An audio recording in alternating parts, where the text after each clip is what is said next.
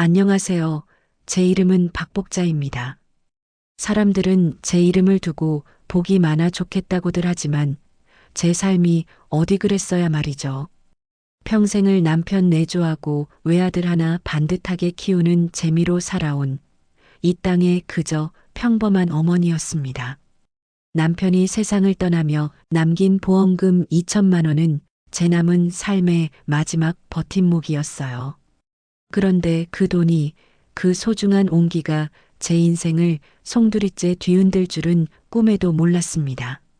모든 균열의 시작은 갓 시집온 며느리의 품에 안겨있던 그 작은 강아지 한 마리였습니다.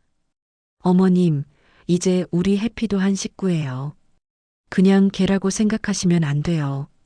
저한테는 제 아들이나 마찬가지인걸요. 그러니까 어머님께는 손주죠, 손주. 갓 시집온 며느리가 생글생글 웃으며 말했습니다. 저는 순간 제 귀를 의심했습니다. 손주라니요. 아직 낳지도 않은 진짜 손주 자리에 강아지를 들릴 수는 없는 노릇 아닙니까? 하지만 이제 막 한 식구가 된 며느리 마음에 상처를 줄까 싶어 애써 웃으며 말했습니다. 허허, 그래. 유난히 예뻐하는구나. 알았다. 내가 잘해주마. 하지만 그건 시작에 불과했습니다. 며칠 뒤 텔레비전을 보다가 제가 무심코 말했습니다. 아이고, 저 강아지들 좀 봐. 참 예쁘네. 바로 그 순간이었습니다. 소파 반대편에 앉아 휴대폰을 보던 며느리의 얼굴에서 미소가 싹 가셨습니다. 어머님, 그녀의 목소리에서 온기가 사라지고 싸늘함이 느껴졌습니다. 제가 해피, 우리 아가한테 강아지라고 부르지 말아달라고 했을 텐데요. 목소리는 조용했지만 날카로운 유리 조각처럼 제 가슴을 후볐습니다.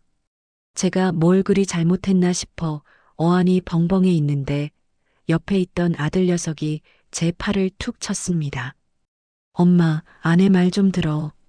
우리 아가라고 하면 되잖아. 요즘 다들 가족처럼 생각하는데 엄마가 너무 옛날 사람처럼 구는 거야. 저는 할 말을 잃었습니다. 옛날 사람이요? 강아지를 손주라고 부르지 않는 제가 졸지에 세상을 모르는 구식 노인네가 되어버린 겁니다. 유일한 내 편이라고 믿었던 아들마저 저렇게 며느리의 대변인이 되어 저를 타박하는데 이 넓은 집에서 저는 기댈 곳 하나 없는 외딴 섬이 된 기분이었습니다. 그날 이후 저는 집에서 말수를 잃었습니다. 행여나 강아지라는 말이 튀어나올까 며느리의 기분을 살피는 게 일상이 되었습니다. 그렇게 저는 제 집에서 유배당한 사람처럼 숨죽여 지냈습니다. 그러던 어느 주말 제가 개모임에서 친하게 지내는 친구들을 집에 불렀습니다. 오랜만에 친구들과 회포를 풀 생각에 모처럼 마음이 들떴죠. 그런데 그때 며느리가 방에서 나오더니 보란 듯이 해피라는 강아지를 품에 안고 저희 앞에 섰습니다. 강아지는 우스꽝스러운 명품 로고가 박힌 옷을 입고 있었죠. 어머님, 친구분들 오셨네요? 우리 해피 할머니 친구분들께 인사드려야지. 아이고, 착하다. 친구 하나가 웃으며 말했습니다. 어머, 복자씨. 이게 말로만 듣던 그 개손주야? 아주 상전이네, 상전이야. 그 말에 며느리가 정색을 하며 받아쳤습니다. 어머, 사모님. 말씀이 지나치세요. 개손주라니요. 그냥 제 아들이고 어머님 손주죠. 우리 어머님이 얼마나 예뻐하시는데요. 저번에 백화점 갔다가 이 옷이 눈에 밟힌다고 꼭 사입혀야 한다고 하셔서 제가 말렸는데도 기어코 사주셨잖아요. 맞죠, 어머님? 저는 얼굴이 새빨개졌습니다.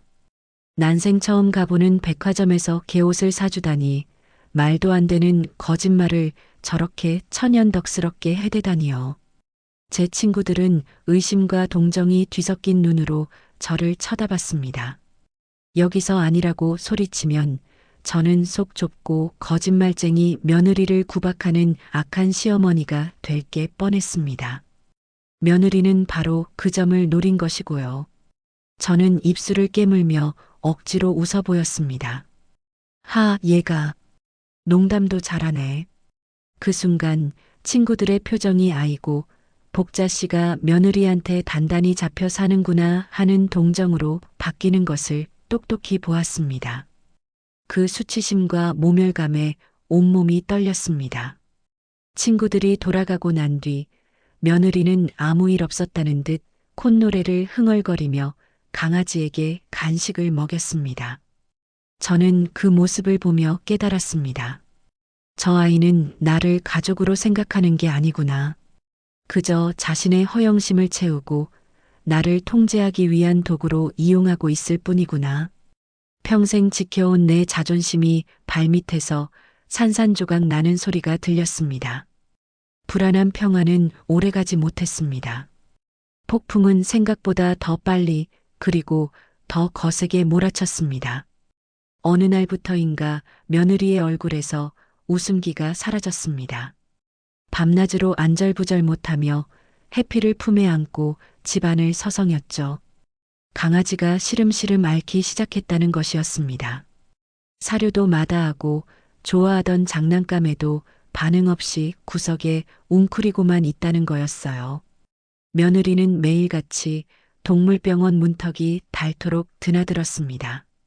처음에는 저도 짐승이지만 살아있는 생명이니 안쓰러운 마음이 들었습니다. 하지만 며느리의 집착은 제 상상을 초월했습니다. 낮에는 용하다는 동물병원을 찾아다니고 밤에는 잠도 안 자고 컴퓨터 앞에 앉아 강아지 병에 대한 정보를 검색했습니다. 그러느라 집안일은 온통 제 차지가 되었죠. 밥도 빨래도 청소도 모두 뒷전이었습니다. 아들 녀석은 그런 아내가 안쓰럽다며 퇴근길에 강아지용 영양제며 좋다는 수입 간식을 양손 가득 사들고 왔습니다. 아들의 월급이 그것들로 줄줄 새어나가는 걸 보면서도 저는 아무 말도 할 수 없었습니다. 말을 꺼내는 순간 저는 손주가 아파 죽게 생겼는데 간식값이 아까운 비정한 할머니가 될 테니까요. 제 속은 까맣게 타들어갔습니다.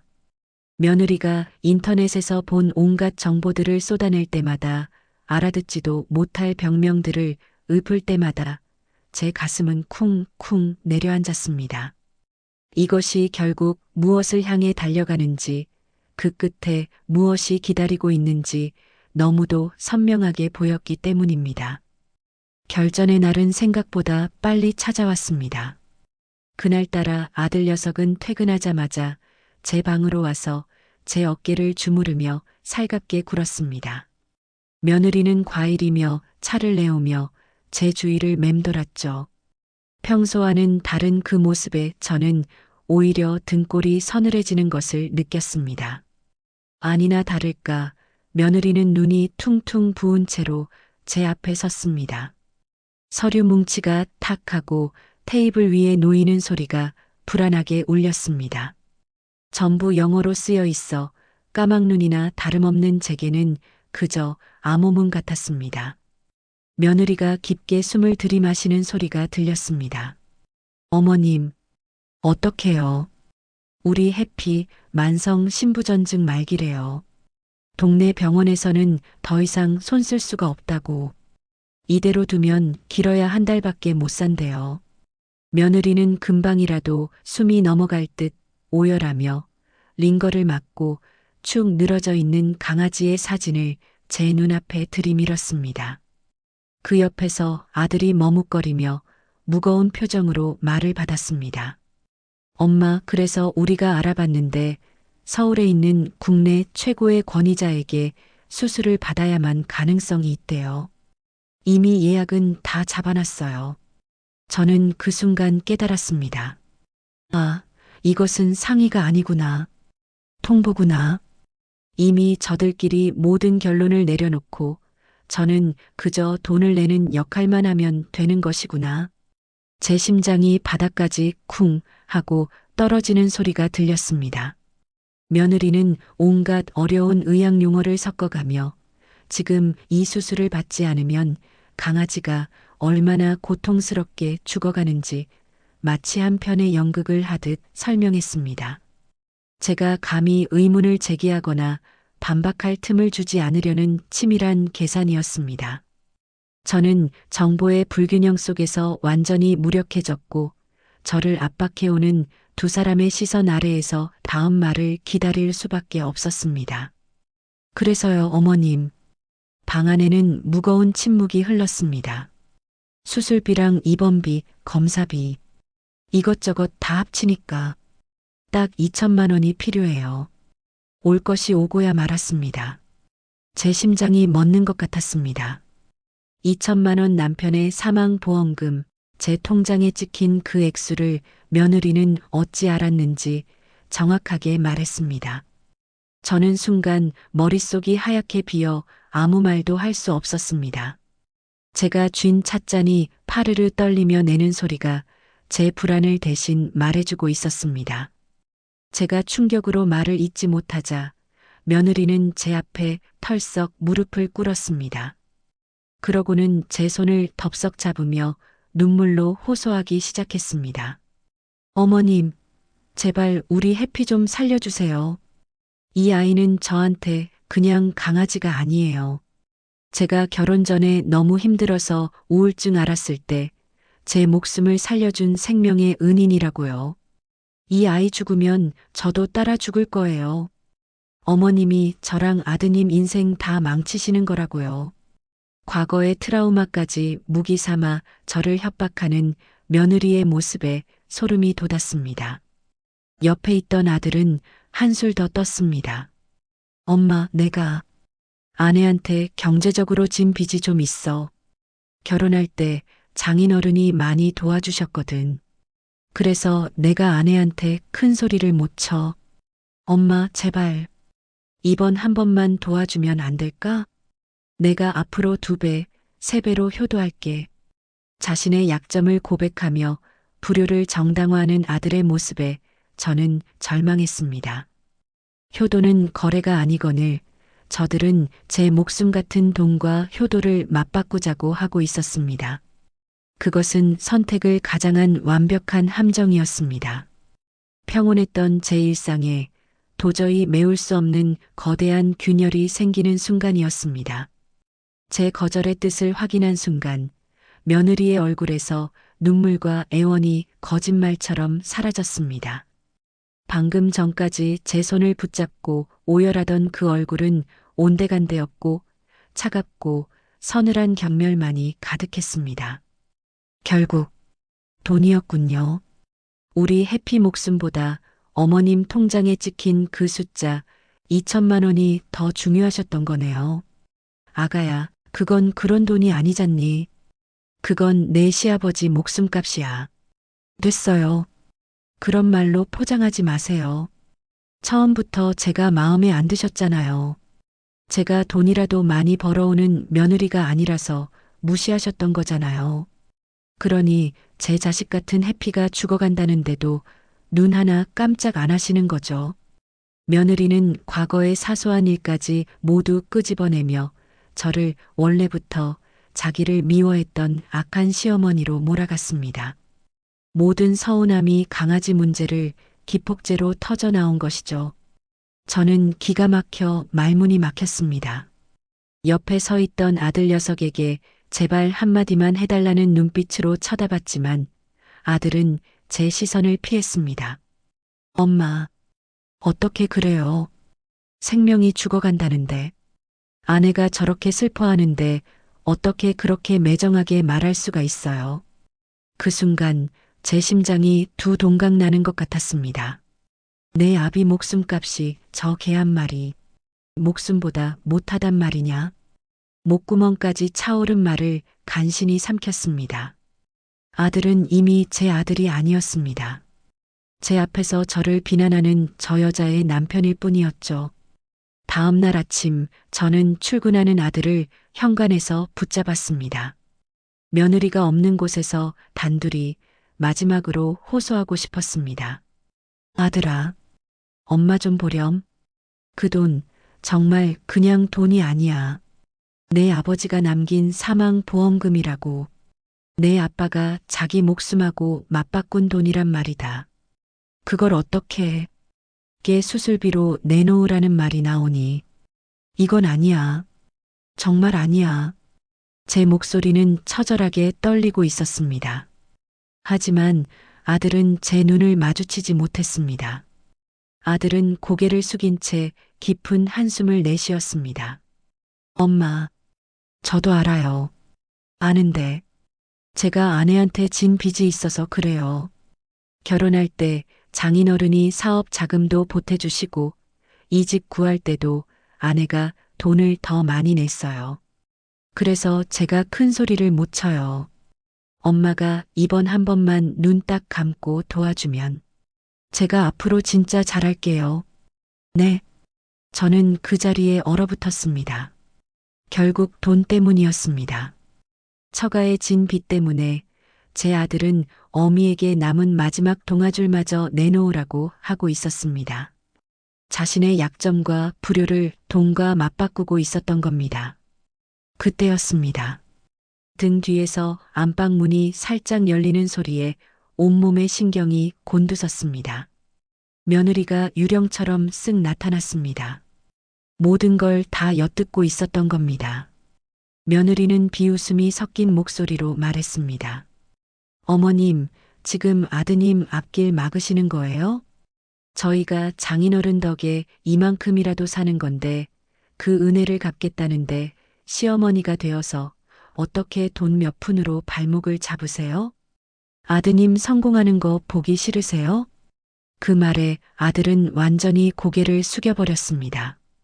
저의 마지막 온정과 호소는 그렇게 짓밟히고 오히려 제가 아들의 앞길을 막는 괴물 같은 어미가 되어버렸습니다. 결정타는 그날 저녁에 날아왔습니다. 저녁상 앞에서 밥 한술 뜨지 못하고 앉아있는 제게 며느리가 최후 통첩을 했습니다. 그 옆에는 아들이 죄인처럼 고개를 숙인 채 앉아 있었죠. 어머님, 길게 말씀 안 드릴게요. 내일까지 돈 안 주시면 우리 해피 그냥 하늘나라로 보내야죠. 대신 저희도 어머님 다시는 안 보고 살면 그만이에요. 돈 2천만 원이 제 자식 목숨보다 하나뿐인 아드님과의 인연보다 중요하시다는 거 잘 알았으니까요. 그건 협박이자 관계의 사형 선고였습니다. 저는 떨리는 눈으로 아들을 보았습니다. 아니라고 말해다오. 엄마한테 어떻게 그런 말을 하냐고 내 아내를 나무라다오. 제발. 하지만 아들은 입을 꾹 다문 채 아무 말도 하지 않았습니다.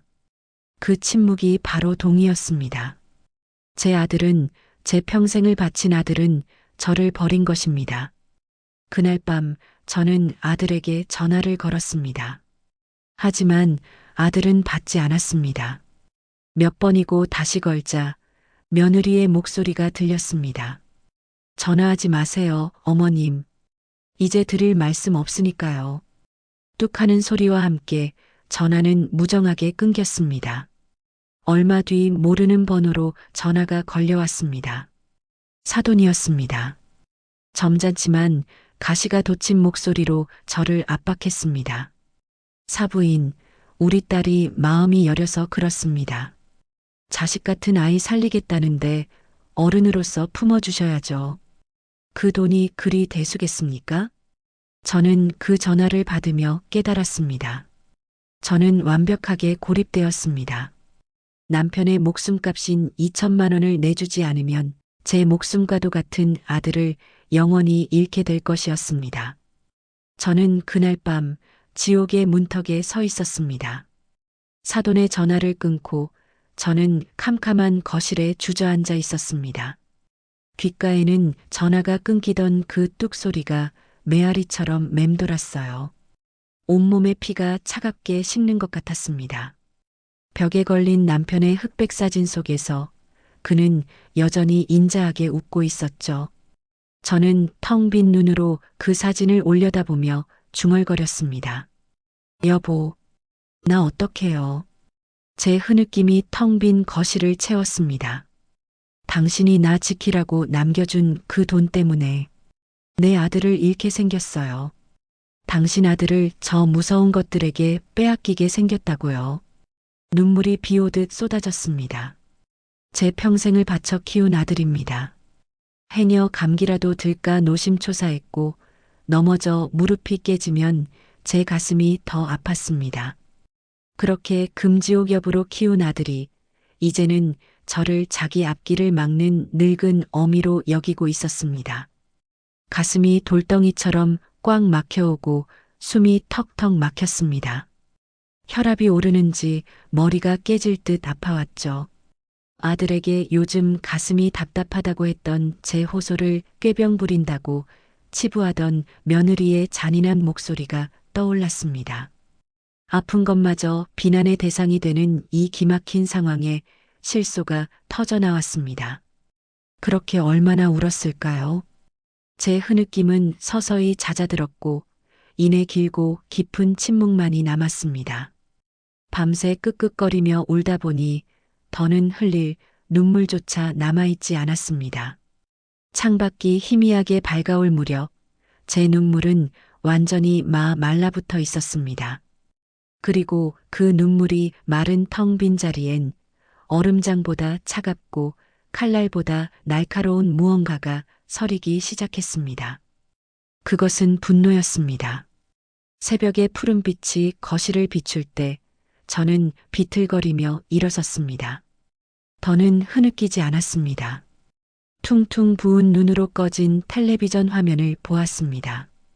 거기엔 머리가 산발이 된 채 넋이 나간 늙은 여자가 저를 보고 있었습니다. 제 자신의 거친 숨소리가 귓가에 들렸습니다. 저는 제 자신에게 속삭였습니다. 박복자, 여기서 무너지면 넌 평생 저것들의 돈줄로 살다가 쓸모가 없어지면 내쳐질 거다. 내 남편 목숨값까지 뺏기고 아들도 뺏기고 그렇게 비참하게 죽을 테냐. 결심이 서자 짧고 강한 호흡이 터져나왔습니다. 저는 조용히 안방으로 들어가 남편이 평생 손때 묻도록 보던 낡은 성경책을 꺼내 들었습니다. 그 안에 끼워둔 꼬깃꼬깃한 가족사진 한 장. 아들이 어릴 적 세 식구가 단출한 유원지에 놀러가 찍은 사진이었죠. 남편은 그때 우리 아들, 아빠처럼 힘들게 살지 말고 세상에서 제일 행복한 남자가 되어야 한다고 말했었죠. 저는 그 사진을 보며 남편에게 그리고 제 자신에게 맹세했습니다. 여보, 미안해요. 제 목소리는 낮고 차갑게 가라앉아 있었습니다. 약속할게요. 맹세코 저것들 손에 놀아나다 모든 걸 빼앗기는 바보는 되지 않을게요.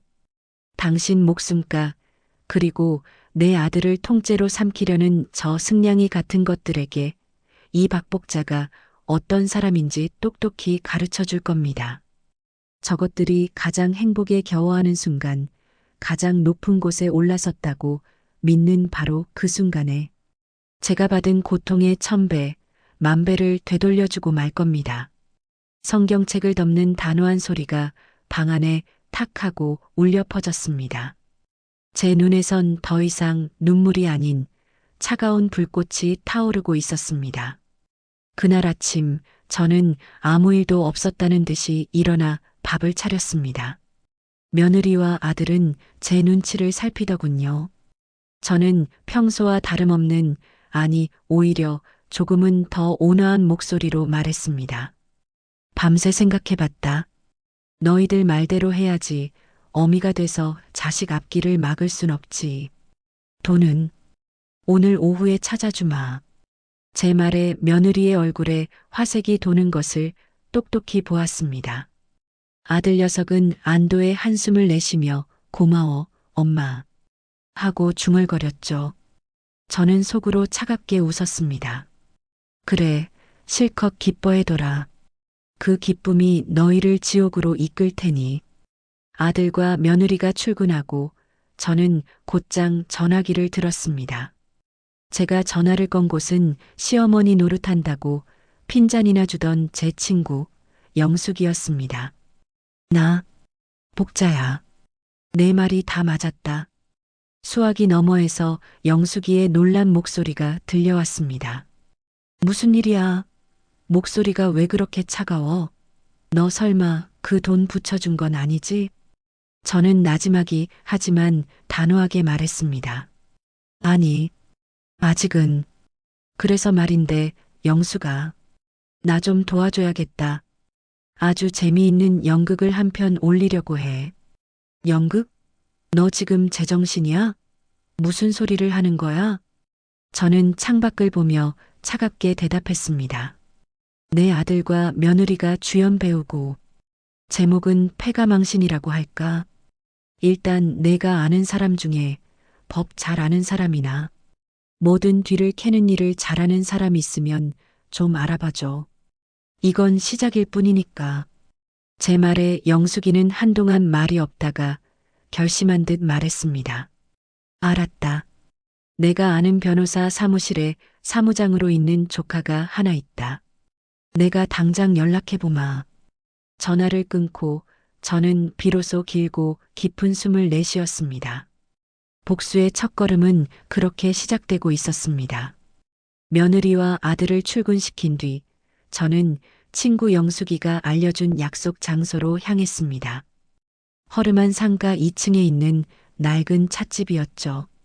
영숙이는 이미 도착해서 초조하게 저를 기다리고 있었습니다. 그리고 그 옆에는 30대 후반에서 40대 초반으로 보이는 한 남자가 앉아 있었습니다. 날카로운 눈매에 다부진 인매, 사람을 꿰뚫어 보는 듯한 시선이 예사롭지 않았습니다. 영숙이의 조카이자 변호사 사무실에서 10년 넘게 사무장으로 일하고 있다는 최 사무장이었습니다. 조카, 이 친구가 내가 말한 박복자 씨야. 세상에 둘도 없는 순둥인데 지금 억장이 무너지는 일을 당했어. 영숙이가 제 대신 속상한 듯 말했지만 최 사무장은 그저 저를 위아래로 훑어볼 뿐이었습니다. 그 눈빛은 동정이 아니라 이 늙은이가 과연 이를 맡길 만한 배포가 있는지를 가늠하는 듯한 눈빛이었죠. 저는 자리에 앉아 조금의 떨림도 없는 목소리로 입을 열었습니다. 강아지 이야기부터 남편의 보험금, 그리고 아들의 배신과 며느리의 협박까지 눈물 한 방울 없이 감정을 씻지 않고 그저 있었던 사실만을 건조하게 나열했습니다. 이야기가 끝나자 최 사무장은 팔짱을 끼며 말했습니다. 그래서 며느님이 반려견 수술비로 2천만 원을 요구하셨고 아드님은 동조하시는 상황이다. 이 말씀이시군요. 어르신, 솔직히 말씀드려서 가족 간의 돈 문제는 법이 개입하기가 가장 어렵습니다. 증여로 볼 수도 있고 빌려준 돈이라 해도 차용증이 없으면 다툼의 여지가 많아요. 저는 그의 말을 자르지 않고 끝까지 들었습니다. 그리고 그가 말을 마쳤을 때 나지막이 말했죠. 저는 그 돈을 지키고 싶은 게 아닙니다. 최 사무장님. 제 말에 최 사무장의 눈이 가늘어졌습니다. 그럼 뭘 원하시는 겁니까? 저는 저를 기만하고 제 가정을 파괴한 그들에게 자신들의 죄가 어떤 결과를 낳는지 똑똑히 보여주고 싶습니다. 돈은 그들을 올가맬 미끼로 쓸 생각입니다. 그 순간 최 사무장의 얼굴에 스치듯 지나간 놀라움과 흥미를 저는 놓치지 않았습니다. 최 사무장은 팔짱을 푼 뒤 테이블 위로 몸을 기울였습니다. 그의 눈빛은 이제 단순한 관찰이 아닌 플레이어를 만난 동업자의 그것으로 변해 있었습니다. 미끼라. 재미있는 말씀이시군요. 구체적인 계획이라도 있으십니까? 아직은 안갯 속입니다. 그래서 사무장님을 찾아온 것이고요. 우선 사실관계를 확인하고 싶습니다. 며느리가 말하는 그 신부전증이라는 병, 국내 최고의 권위자라는 의사, 그리고 수술비 2천만 원이라는 그 금액이 정말 한치의 거짓도 없는 사실인지부터 알아야겠습니다. 만약 그것이 부풀려졌거나 거짓이라면 그건 저를 상대로 한 명백한 사기죄가 성립될 테니까요. 저는 며느리의 SNS 이야기도 꺼냈습니다. 명품으로 치장한 강아지 사진을 올리며 허영심을 과시하던 일, 저를 개손주의 미친 시어머니로 만들던 그 교활함까지 전부 말했습니다. 제 이야기가 길어질수록 최 사무장의 입가에는 희미한 미소가 걸렸습니다. 알겠습니다, 어머님. 이제야 어머님께서 뭘 원하시는지 정확히 알겠습니다. 이건 단순한 감정 호소가 아니라 전쟁 준비시군요. 좋습니다. 이 싸움, 제가 기꺼이 어머님의 창과 방패가 되어드리죠. 그는 가방에서 서류철을 꺼내 들었습니다. 일단 제가 아는 사람을 통해 며느님의 뒷조사를 시작하겠습니다. SNS는 물론이고 주변 평판, 과거 행적까지 전부요. 그리고 동물병원 쪽도 알아보겠습니다. 이 모든 걸 확인하려면 시간과 비용이 좀 필요합니다. 착수금이 필요하다는 말씀입니다. 저는 기다렸다는 듯 품속에서 작은 통장 하나를 꺼내 그의 앞으로 밀었습니다. 남편의 보험금 통장과는 별개로 제가 평생계를 붓고 반찬값을 아껴 모아온 비상금이었습니다. 최 사무장은 통장을 쓱 보더니 고개를 끄덕였습니다. 그의 눈에는 이 늙은이를 향한 존중의 빛이 어리고 있었습니다. 이 정도면 충분하고도 남습니다. 어머님, 이제부터 제가 시키는 대로만 움직이셔야 합니다. 가장 중요한 것은 시간 벌기입니다. 오늘 당장 돈을 주겠다고 하셨다니 은행에 가서 이렇게 말씀하십시오. 고액 현금을 인출하려면 며칠이 걸린다더라. 금융감독원인지 뭔지 하는 곳에 신고가 들어간다더라 하면서 최대한 시간을 끄십시오. 일주일 정도면 충분합니다. 그는 가방에서 녹음 기능이 있는 작은 볼펜을 하나 꺼내 제게 건넸습니다. 그리고 두 번째, 증거 확보입니다. 이제부터 며느님, 아드님과 하는 모든 대화는 이걸로 녹음하십시오. 돈을 주면 효도하겠다. 돈을 안 주면 연을 끊겠다는 식의 모든 협박이 다 어머님께 유리한 증거가 될 겁니다. 최 사무장은 제게 볼펜 사용법을 차근차근 알려주었습니다. 마지막으로 연기입니다. 지금까지처럼 돈 때문에 어쩔 수 없이 굴복한 무력하고 불쌍한 시어머니 역할을 계속해 주십시오. 의심을 사는 순간 모든 게 허사가 됩니다. 찻집을 나서는 제 발걸음은 더 이상 천근만근이 아니었습니다. 두려움과 절망이 있던 자리엔 차가운 확신과 뜨거운 투지가 들어차 있었습니다. 친구 영숙이는 변해버린 제 모습이 무섭다며 어깨를 떨었지만 저는 괜찮다고, 이게 진짜 내 모습이라고 말해주었습니다.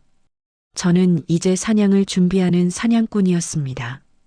며느리와 아들은 제가 내어줄 2천만 원이라는 달콤한 먹잇감만 보고 있겠지만 그들이 정말로 물게 될 것은 제가 아주 정교하게 숨겨놓은 강철로 만든 덫일 테니까요.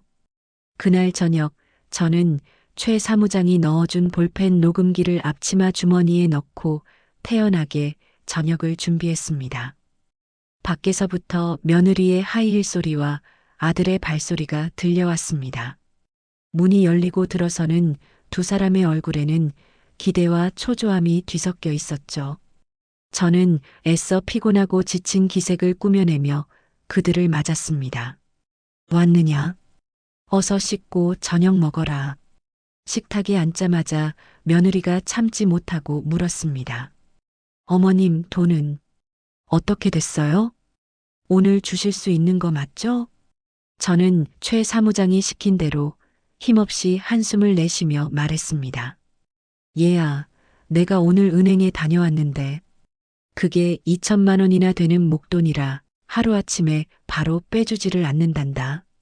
무슨 금융거래법인지 뭔지 때문에 절차가 복잡하대. 서류 몇 개 더 써야 한다고 하니 사나흘은 더 기다려야 할 것 같구나. 그 말을 듣는 순간 며느리의 얼굴에서 미소가 싹 사라졌습니다.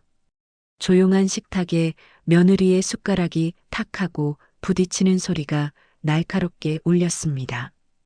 어머님, 지금 일부러 시간 끄시는 거 아니에요? 우리 해피는 하루하루 피가 말라가는데 어머님은 그깟 서류 절차가 더 중요하세요? 옆에 있던 아들도 거들었습니다. 엄마, 어떻게 방법이 없을까요?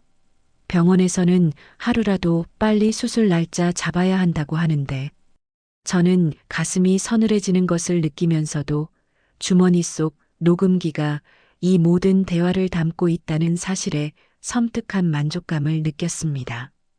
저는 그저 힘없는 늙은이처럼 고개를 저으며 말했습니다. 미안하다. 나도 마음이 급한데 은행에서 안 된다니 어쩌겠니? 조금만 기다려다오. 며느리는 분을 사귀지 못하고 자리에서 일어나 방으로 들어가 버렸습니다. 저는 그 뒤통수에 대고 속으로 말했습니다. 그래, 더 보채거라. 더 안달하거라. 너희의 그 조급함과 탐욕이 훗날 너희 목을 조를 가장 확실한 증거가 될 테니. 그렇게 피 말리는 며칠이 흘렀습니다. 며느리는 보란 듯이 저를 없는 사람 취급했고 집안 공기는 살얼음판 같았죠. 약속한 날이 되자 최 사무장에게서 전화가 왔습니다. 그의 목소리는 낮고 차분했지만 그 안에 담긴 내용은 제 심장을 얼어붙게 만들기에 충분했습니다. 어머님, 빙고입니다. 예상했던 대로입니다. 최 사무장은 먼저 병원 이야기부터 꺼냈습니다. 며느님이 말씀하신 그 병원, 그 의사 물론 있긴 합니다. 하지만 저희 쪽 정보원을 통해 알아본 결과 해당 수술의 평균 비용은 많아야 700에서 800만 원 선입니다.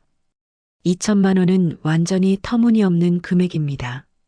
병원 원무과에 아는 분이 있어 살짝 떠보니 1인 VIP 병실에 온갖 특진에 최고급 수입 영양제까지 다 합쳐도 1,000만 원을 넘기기 아주 어렵다는군요. 저는 전화기를 쥔 손에 힘을 주었습니다. 올 것이 왔구나. 내 예상이 맞았구나. 더 기가 막힌 걸 알려드릴까요, 어머님? 며느님의 비공개 SNS 계정을 찾아냈습니다. 최 사무장이 읽어주는 내용은 제 귀를 의심케 했습니다. 며느리는 자신의 친구들만 보는 그곳에 이렇게 써놓았더군요. 이번에 우리 해피 수술비로 2천 땡기게 생겼네. 시어머니 등골 브레이커, 불효녀 코스프레 중 남는 돈으로 샤넬백 사야지. 그 글 밑에는 며느리의 친구들이 단 댓글이 가관이었습니다. 와, 너 능력 좋다. 시어머니가 현금 인출기네. 대박. 나도 그런 시어머니 갖고 싶다. 코스프레? 장난? 내 남편의 목숨값과 내 아들과의 인연을 가지고 저런 더럽고 추악한 장난질을 쳤단 말인가. 샤넬백? 그깟 가방 하나를 사려고 이 늙은 어미의 가슴에 대못을 박고 가정을 파탄 내려 했단 말인가. 저는 부들부들 떨리는 몸을 가눌 수가 없었습니다. 전화를 끊고 저는 한참을 그 자리에 못 박힌 듯 서 있었습니다. 최 사무장이 보내준 며느리의 SNS 화면 캡처 사진을 보고 또 보았습니다. 명품 가방 사진을 올려놓고 다음 목표는 너라고 써놓은 글까지 모든 것이 명백했습니다. 이것은 생명을 살리기 위한 절박한 호소가 아니라 처음부터 끝까지 저를 속여 돈을 뜯어내려 한 치밀한 사기극이었습니다. 제 분노는 하늘을 찔렀지만 이상하게도 정신은 점점 더 차갑고 맑아졌습니다. 이제 남은 질문은 하나였습니다. 내 아들은 어디까지 알고 있었을까? 저 여자의 추악한 거짓말을 알면서도 처가의 진 빚 때문에 동조한 것일까?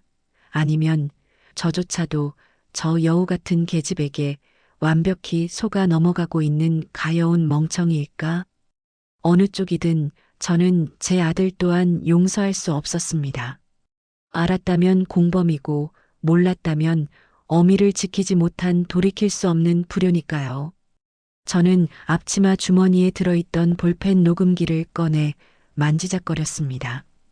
이것은 이제 단순한 증거 수집 도구가 아니었습니다.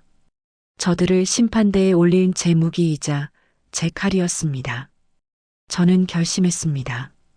이대로 모든 걸 폭로하고 끝내기엔 너무 시시했습니다. 저들이 그토록 원하던 돈, 그 돈으로 저들을 완벽한 함정에 빠뜨려야 했습니다. 저는 다시 최 사무장에게 전화를 걸었습니다. 사무장님, 저입니다. 계획이 조금 바뀌었습니다. 수화기 너머의 최 사무장이 조용히 제 다음 말을 기다렸습니다. 돈 주겠습니다. 2천만 원 그대로 다 주겠습니다. 대신 그냥 주지는 않을 겁니다.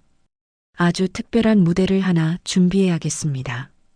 제 며느리가 그토록 원하던 샤넬백을 들고 가장 행복한 미소를 짓는 바로 그 순간에 모든 걸 터뜨릴 겁니다. 며칠 뒤 저는 최 사무장의 지시대로 시간을 끌 만큼 끌었다고 판단하고 마침내 결전의 날을 준비했습니다. 아침 일찍 은행에 가서 남편의 보험금 2천만 원을 모두 현금으로 찾았습니다. 묵직한 돈 봉투를 가방에 넣으니 제 마음도 함께 무겁게 가라앉는 듯 했습니다. 집에 돌아와 저는 거실 소파에 아들과 며느리를 불러 앉혔습니다. 두 사람의 눈은 제 가방에 꽂혀 있었죠. 저는 천천히 일부러 손을 떨며 돈 봉투를 꺼내 테이블 위에 올려놓았습니다. 그 순간 며느리의 눈이 탐욕으로 번뜩이는 것을 보았습니다. 여기 약속한 돈이다. 저는 목이 매는 듯한 목소리로 완벽하게 패배한 어미를 연기했습니다. 내 평생을 바친 아들을 잃고 사는 것보다는 이 편이 낫겠지. 이걸로 우리 해피 꼭 살려내거라. 어미의 마지막 부탁이다. 돈을 지불하는 며느리의 손을 제가 가만히 눌렀습니다. 며느리가 움찔하며 저를 쳐다봤습니다. 대신 조건이 하나 있다. 이 돈 내가 너희에게 그냥 주는 게 아니라 빌려주는 것으로 하자꾸나. 너희가 나중에 성공해서 잘 살게 되면 그때 갚아도 좋으니 여기 각서에 서명 하나씩만 해다오. 그래야 내 마음도 편할 것 같구나. 저는 품에서 최 사무장이 미리 준비해준 각서를 꺼내 내밀었습니다. 금 2천만 원을 정의 차용하며 훗날 반드시 변제할 것을 약속함. 내용은 간단했지만 그 아래엔 아들과 며느리의 이름, 주민등록번호, 주소를 적는 칸이 선명했습니다. 2천만 원에 눈이 먼 아들과 며느리는 각서의 무서움을 전혀 깨닫지 못했습니다. 어차피 갚을 생각도 없는 돈, 이 늙은이를 안심시키기 위한 종이 쪼가리 하나쯤이야 무슨 대수겠냐는 듯 두 사람은 일말의 망설임도 없이 각서에 자신의 이름을 쓰고 도장을 찍었습니다. 저는 그 모습을 보며 속으로 차갑게 음조렸습니다. 그래, 서명하거라. 너희의 탐욕을 그 종이 위에 똑똑히 새기거라. 그것이 훗날 너희의 모든 것을 올가맬 족쇄이자 너희의 죄를 증명하는 지워지지 않는 낙인이 될 것이니. 각서가 제 손에 들어오자 저는 돈 봉투를 며느리 쪽으로 밀어주었습니다. 며느리는 돈 봉투를 와락 끌어안으며 황홀한 표정을 지었습니다. 그러고는 언제 그랬냐는 듯 제게 달려와 살갑게 매달렸습니다. 어머님, 정말 감사해요. 제가 앞으로 진짜 잘할게요. 우리 해피 살려주시면 평생 어머님을 은인으로 모시고 효도할게요. 역시 우리 어머님밖에 없어요. 주머니 속의 볼펜 녹음기는 이 역겨운 연기까지 빠짐없이 담아내고 있었습니다. 저는 며느리의 등을 토닥여주며 제 복수 계획의 다음 단계를 실행에 옮겼습니다. 그래 아가, 내가 마음고생이 많았지. 우리 해피 수술 잘 되고 건강 되찾으면 온 가족이 다 함께 모여서 크게 축하 파티라도 해야지. 내 부모님, 그러니까 사돈댁 어른들도 다 모시고 우리 아들 회사 사람들도 몇 분 초대해서 내가 크게 한턱 쏘마. 내 며느리가 이렇게 동물을 사랑하고 마음이 깊다고 이 늙은 어미가 자랑도 좀 해야 하지 않겠니? 제 제안에 며느리의 얼굴이 환하게 피어올랐습니다. 자신의 선행이 공개적으로 인정받고 모두에게 칭송받는 자리를 상상하며 도취된 표정이었습니다. 어머, 어머님, 정말요? 생각만 해도 너무 좋아요. 그럼 이왕 하시는 거 전망 좋은 호텔 뷔페 레스토랑에서 하면 어떨까요? 제 친구들한테 자랑도 좀 하게, 사진도 예쁘게 찍게요. 그래, 잘 걸려들었다. 저는 속으로 쾌재를 불렀습니다. 제 며느리는 자기가 올라갈 무대가 얼마나 화려해야 하는지 신이 나서 떠들어대고 있었습니다. 자기가 주인공이 될 그 무대가 실은 자신의 모든 것을 무너뜨린 처형대라는 사실은 꿈에도 모른 채 말입니다. 그 후 며칠간 집안에는 거짓된 평화가 찾아왔습니다. 며느리는 제게 어머님, 해피 수술이 아주 성공적으로 잘 끝났대요. 다 어머님 덕분이에요. 라며 매일같이 제 안부를 물었습니다. 그 돈의 일부가 정말 수술비로 쓰였는지 아니면 전부 며느리의 뱃속으로 들어갔는지는 알 수 없었지만 중요하지 않았습니다. 며느리의 손목에는 어느새 번쩍이는 명품 시계가 채워져 있었고 방구석에는 제가 본 적 없는 명품 쇼핑백이 늘어나고 있었으니까요. 그 모든 것을 모른 척하며 저는 최 사무장과 함께 파티 준비를 진행했습니다. 며느리가 원하던 대로 시내에서 가장 좋은 호텔의 연회장을 예약했습니다. 사무장님, 준비는 다 되어 갑니까? 걱정 마십시오, 어머님. 모든 준비는 끝났습니다. 호텔 연회장의 대형 스크린과 최고급 음향 장비도 모두 예약해뒀습니다.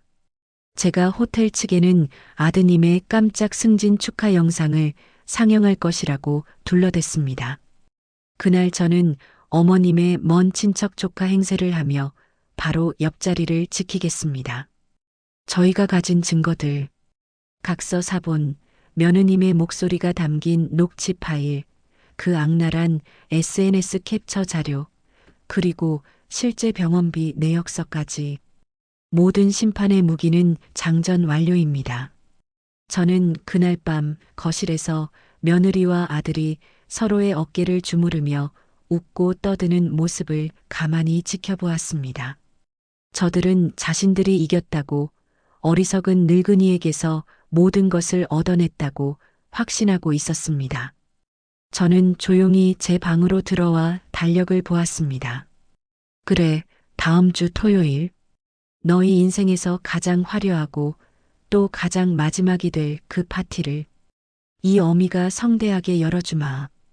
다음 주 토요일 약속의 날이 밝았습니다. 며느리가 원했던 대로 시내에서 가장 화려한 호텔의 연회장에는 우리가 초대한 손님들로 가득 찼습니다. 멋진 정장을 차려입은 아들의 회사 상사와 동료들, 온갖 값비싼 장신구로 치장한 사돈 부부와 그들의 지인들, 그리고 제 며느리가 자랑하고 싶어 안달이 난 그녀의 친구들까지. 그들 모두가 오늘의 주인공인 제 며느리를 향해 아낌없는 찬사와 미소를 보내고 있었습니다. 저는 곱게 빗어넘긴 머리에 장롱 깊숙이 넣어두었던 가장 고운 한복을 꺼내 입었습니다.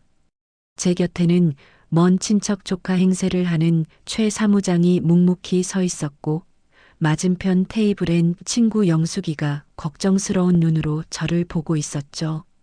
오늘의 주인공인 며느리는 그야말로 물 만난 고기였습니다.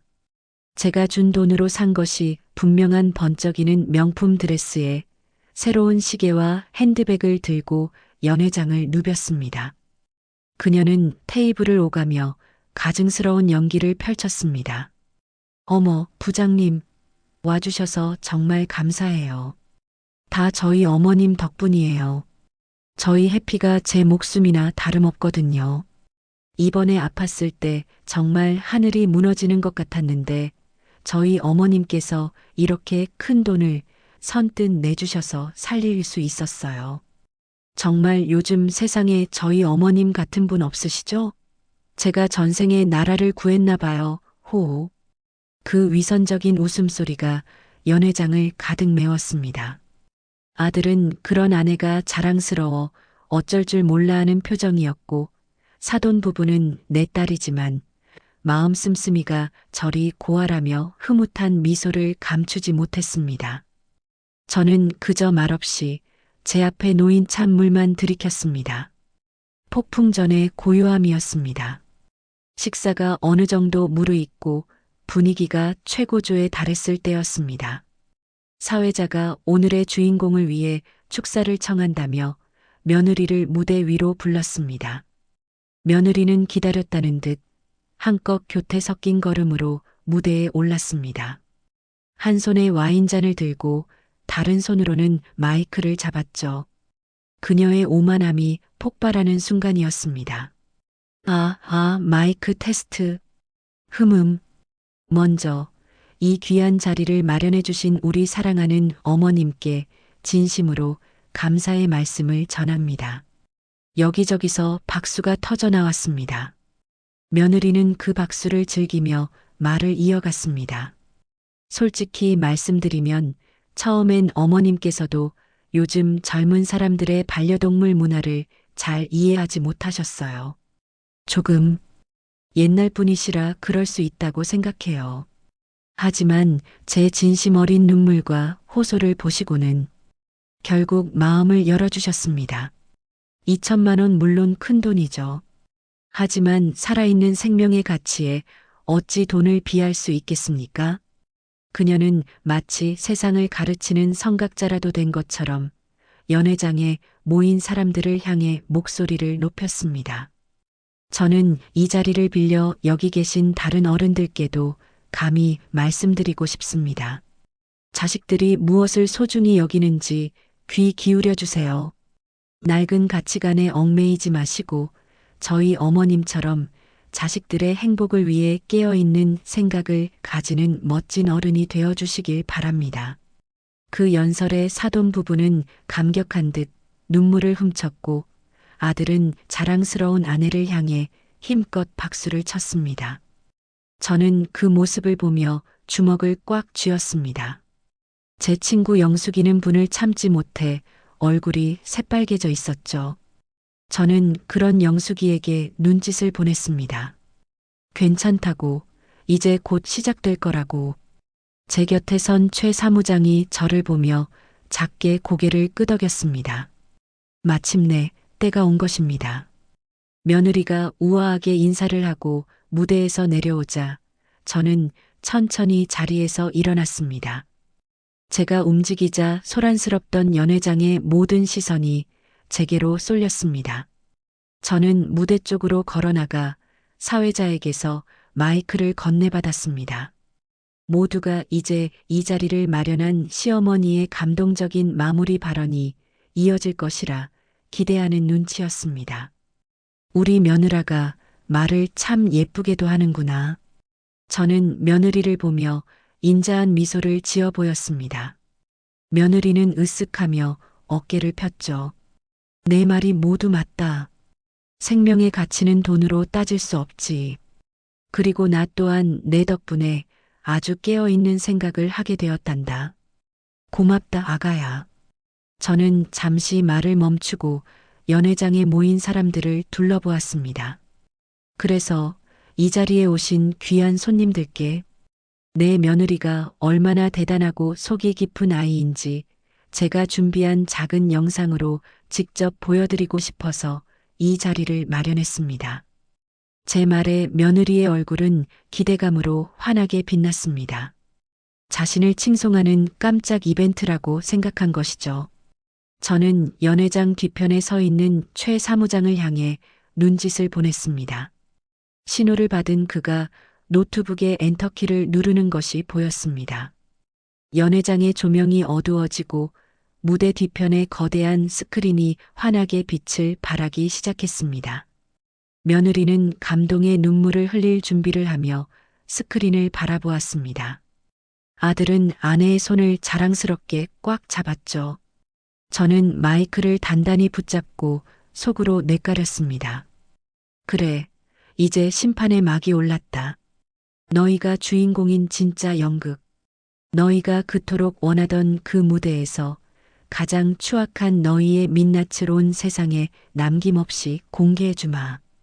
이것이 내 아들을 삼키고 내 남편의 목숨값을 욕되게 한 너희에게 이 어미가 내리는 마지막 선물이다.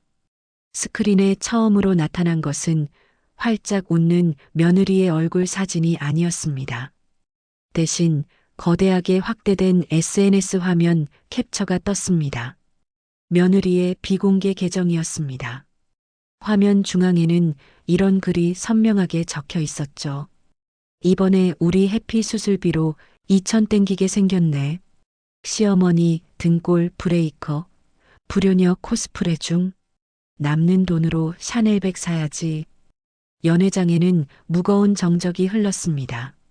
이내 당황한 하객들의 웅성거림이 파도처럼 번져나갔습니다. 며느리는 얼굴이 새하얗게 질려 스크린과 저를 번갈아 쳐다보며 몸을 떨기 시작했습니다. 아들 녀석은 상황 파악이 안 되는지 이게 무슨 장난이야 하며 중얼거렸습니다. 바로 그때 연회장의 최고급 스피커를 통해 맑고 청아하게 녹음된 며느리 목소리가 울려 퍼졌습니다. 어머님, 정말 감사해요. 우리 해피 살려주시면 평생 은인으로 모실게요. 제가 돈을 건네던 날 제 앞에서 가증스럽게 연기하던 그 목소리였습니다. 화면의 악랄한 조롱과 스피커의 효녀 목소리. 그 역겨운 부조화에 사람들 사이에서 경악의 탄식이 터져나왔습니다. 저는 마이크를 입에 가까이 대고 얼어붙은 며느리를 보며 나지막이 말했습니다. 우리 며느라가 참 유머 감각도 뛰어나지. 시어머니 등골을 빼먹는 불효녀 코스프레 중이었다니 이 늙은 어미는 정말 까맣게 몰랐구나. 저 샤넬백이라는 건 필시 나에게 선물하려고 산 것이겠지? 안 그러니 아가? 제 목소리는 봄바람처럼 부드러웠지만 그 안에는 시베리아의 한기보다 차가운 도끼가 서려 있었습니다. 며느리가 미처 비명도 지르기 전에 최 사무장은 다음 슬라이드를 화면에 띄웠습니다. 깔끔한 비교 분석표였습니다. 왼쪽에는 실제 병원 청구 예상 내역서라는 제목 아래 총액 750만 원이라고 적힌 견적서가 있었습니다. 그리고 오른쪽에는 커다란 붉은색 글씨로 며느리 요구 금액 2천만 원이라고 적혀 있었죠. 그 아래에는 더 큰 글씨로 차액 1,250만 원이라는 글자가 사람들의 눈을 후벼 팠습니다. 하객들의 웅성거림은 더욱 커지고 이제는 분노에 찬 목소리들이 섞여 나오기 시작했습니다. 자기야, 이게 다 무슨 소리야? 아들 녀석이 드디어 상황을 파악하고 경악한 얼굴로 며느리를 돌아봤습니다. 며느리는 아니야. 그게 아니야. 라며 뒷걸음질 쳤습니다. 그 순간 스피커에선 또다시 며느리의 목소리가 흘러나왔습니다. 이번엔 저를 협박하던 차가운 목소리였습니다. 돈 2천만 원이 제 자식 목숨보다 그리고 당신 아드님과의 인연보다 중요하시다는 거 잘 알았으니까요. 연회장은 이제 탄식을 넘어 노골적인 비난으로 가득 찼습니다. 아들의 회사 부장이라는 사람은 혀를 차며 아들을 쳐다봤고 사돈 부부의 얼굴은 흙빛으로 변해 있었습니다. 저는 그들을 차례로 둘러본 뒤 사돈을 향해 마이크를 돌렸습니다. 사돈어른, 따님 교육 참으로 훌륭하게 시키셨습니다. 750만 원짜리 수술을 2천만 원으로 만드는 창의력이라니. 그 차액 1250만 원은 우리 해피 평생 먹을 간식값으로 미리 받아둔 것이라 믿겠습니다. 제가 깨어있는 생각이 부족하여 미처 그 깊은 뜻을 몰라 배웠습니다. 빅고는 제 말투에 사돈 부인은 결국 얼굴을 감싸 쥐고 고개를 숙였습니다.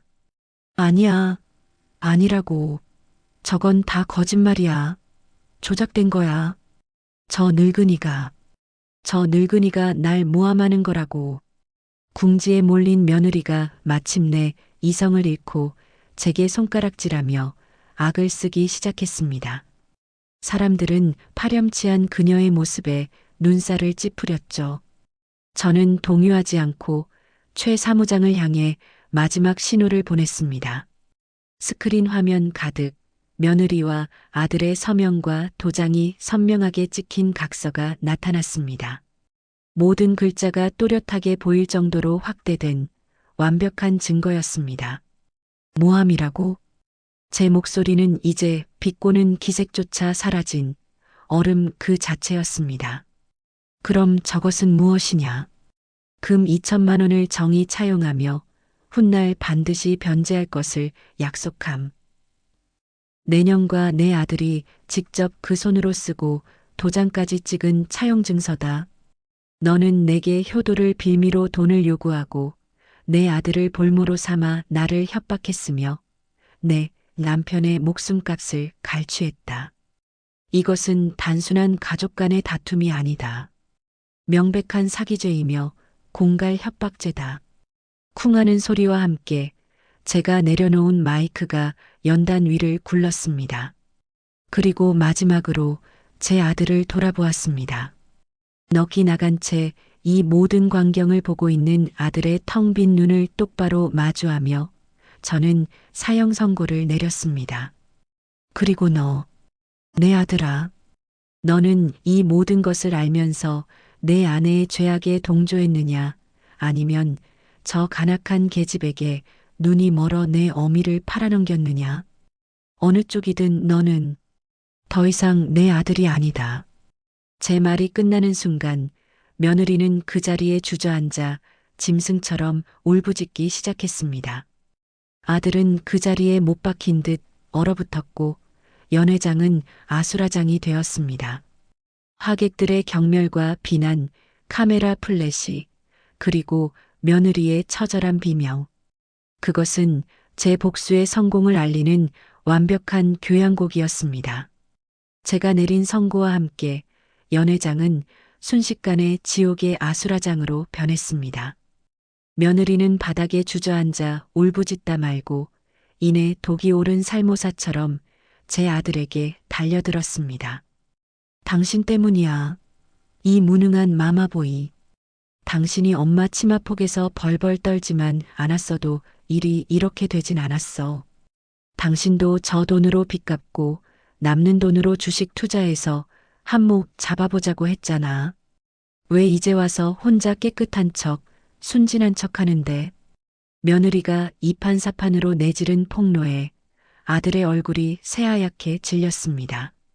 그저 아내에게 속은 어리석은 아들인 척, 마지막 동정이라도 구하려던 그의 퇴로가 완벽히 차단된 순간이었죠.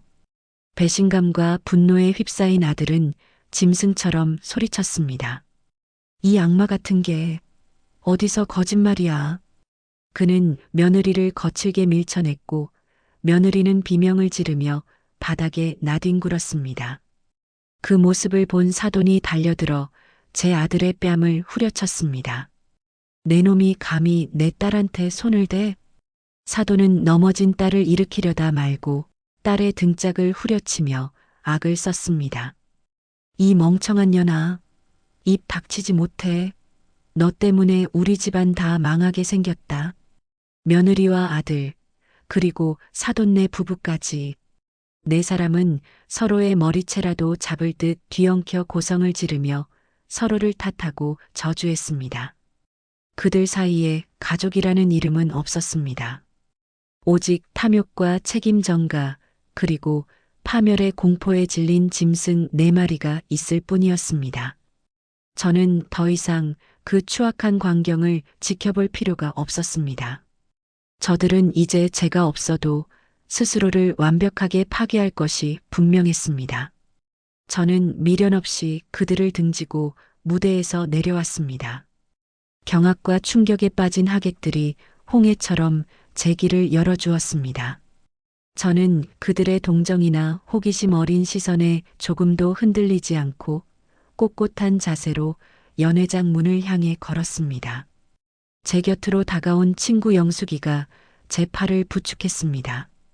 그제야 제 다리가 조금 떨리고 있다는 것을 깨달았죠. 연회장 문 앞에서 기다리고 있던 최 사무장이 제게 허리를 숙였습니다. 어머님, 이제 모든 것이 제자리로 돌아갈 겁니다. 저는 품속에서 그 각서를 꺼내 최 사무장에게 건넸습니다. 그 종이가 묵직하게 느껴졌습니다. 뒤처리를 부탁드립니다. 저 각서를 근거로 사기 및 공갈 협박으로 저들을 고소해 주십시오.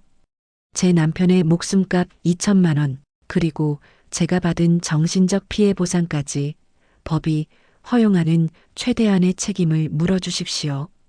저는 잠시 숨을 고른 뒤 더 차가운 목소리로 덧붙였습니다. 그리고 한 가지 더. 지금 저들이 사는 아파트, 원래 제 남편과 제 돈으로 해준 집입니다. 저것들을 그 집에서마저 쫓아낼 방도를 찾아주십시오.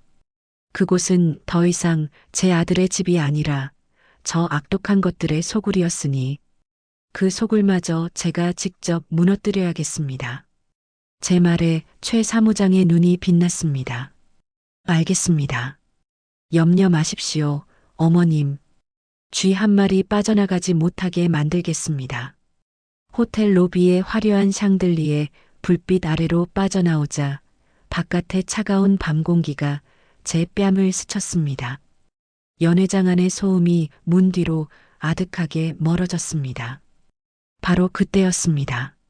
엄마, 아는 절규와 함께 아들 녀석이 엉망이 된 모습으로 달려나와 제 앞을 가로막았습니다. 쿵 하는 소리를 내며 녀석은 그대로 제 발 앞에 무릎을 꿇고 제 다리를 붙잡았습니다. 엄마, 제가 죽을 죄를 지었어요. 제가 미쳤었나 봐요. 그 돈, 제가 평생 일해서 다 갚겠습니다. 집도 당장 엄마 명의로 다시 돌려놓을게요. 제발 저버리지 마세요, 엄마. 한 번만, 마지막으로 한 번만 기회를 주세요. 저는 저를 붙잡은 아들의 손을 내려다보았습니다. 한때는 작고 따뜻했던 제가 세상에서 가장 사랑했던 그 손. 저는 움직이지 않고 제 앞에 있는 호텔의 거대한 유리문에 비친 제 아들의 모습을 가만히 응시했습니다. 그리고는 제 자신에게 말하듯 혹은 유리 속 망령에게 말하듯 차갑게 의조렸습니다. 돈, 집, 너는 아직도 내가 그런 것들 때문에 이러는 줄 아는구나. 제 목소리에는 일말의 감정도 실려 있지 않았습니다.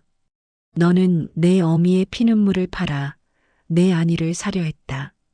나는 오늘 내 아들의 썩어 문드러진 영혼을 보았다. 이미 제가 되어버린 것을 내가 어찌 다시 거두겠느냐. 저는 천천히 제 휴대폰을 꺼내 들었습니다.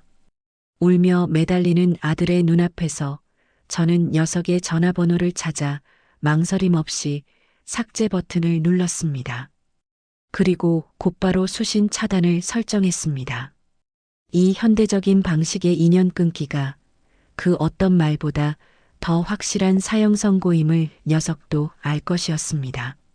저는 더 이상 돌아보지 않고 최 사무장이 잡아준 택시를 향해 걸어갔습니다. 등 뒤에서 엄마, 안 돼요. 엄마, 하고 울부짖는 아들의 절규가 밤 공기 속으로 흩어졌습니다. 저는 그 소리를 듣지 않았습니다. 그날의 광풍이 휩쓸고 지나간 뒤 몇 달의 시간이 흘렀습니다. 제 삶에는 거짓말 같은 평온이 찾아왔습니다. 저를 옥죄던 전화벨 소리도 문을 열 때마다 느껴지던 불안감도 모두 사라졌습니다. 저는 그동안 미뤄뒀던 무릎 수술을 받았고, 이제는 지팡이 없이도 동네 공원을 산책할 수 있게 되었죠. 그러던 어느 날 오후 최 사무장에게서 마지막 보고서라며 서류 봉투 하나가 등기 우편으로 도착했습니다. 저는 돋보기를 꺼내 들고 천천히 그 내용을 읽어 내려갔습니다. 민사소송 결과 원고 박복자 측의 청구를 전부 인용하여 피고들은 연대하여 금 2천만 원 및 소송 기간 중에 이자, 정신적 피해 보상금 300만 원을 지급하라는 판결이 확정되었음. 다음 장에는 형사소송 결과가 적혀 있었습니다. 며느리는 사기 및 공갈 협박 혐의가 인정되어 징역 10월에 집행유예 2년을 선고받았음. 제 아들은 공범 혐의는 겨우 벗었으나 그 사건으로 회사에서 권고 사직을 당해 직장을 잃었다고 했습니다. 마지막 장에는 아파트 명도 소송 또한 원고 측이 승소하여 법원의 강제 퇴거 명령이 집행될 예정임. 이라는 문구가 찍혀 있었습니다. 그 집은 이제 다시 온전히 제 것이 된 것입니다. 저는 서류를 조용히 내려놓았습니다. 기쁨도 슬픔도 통쾌함도 아니었습니다. 그저 모든 것이 제자리로 돌아왔다는 서늘한 안도감만이 저를 감쌌습니다. 며칠 뒤 우편함에 삐뚤빼뚤한 글씨로 제 이름이 적힌 편지 한 통이 꽂혀 있었습니다. 보낸 사람은 며느리였습니다. 저는 잠시 망설이다 편지를 뜯었습니다. 편지지 2장에는 눈물 자국과 함께 자기 연민과 원망이 가득했습니다. 어머님, 저희 이제 길거리에 나앉게 생겼어요. 이이가 직장도 잃고 매일 술만 마시며 저를 때립니다. 다 어머님 때문이에요. 어떻게 저희한테 이렇게까지 잔인하게 하실 수 있으세요? 한때는 가족이었잖아요. 어머님은 발 뻗고 주무시니 행복하세요? 제발, 제발 저희가 살던 집만은 빼앗지 말아주세요. 그 어디에도 진심 어린 사과나 뉘우침은 없었습니다. 오직 자신의 불행을 제 탓으로 돌리는 구차한 변명과 마지막까지 저를 이용하려는 시도뿐이었죠. 저는 그 편지를 들고 부엌으로 갔습니다. 그리고 찬장 깊숙한 곳에서 낡은 앨범 하나를 꺼냈습니다. 거기에는 제 아들이 어릴 적 남편과 함께 세 식구가 활짝 웃고 있는 사진이 있었습니다. 한때 제 세상의 전부였던 사진이었죠. 저는 싱크대 앞에 서서 며느리의 편지를 먼저 찢었습니다. 부엌의 정적을 깨고 종이가 찢어지는 소리가 날카롭게 울렸습니다.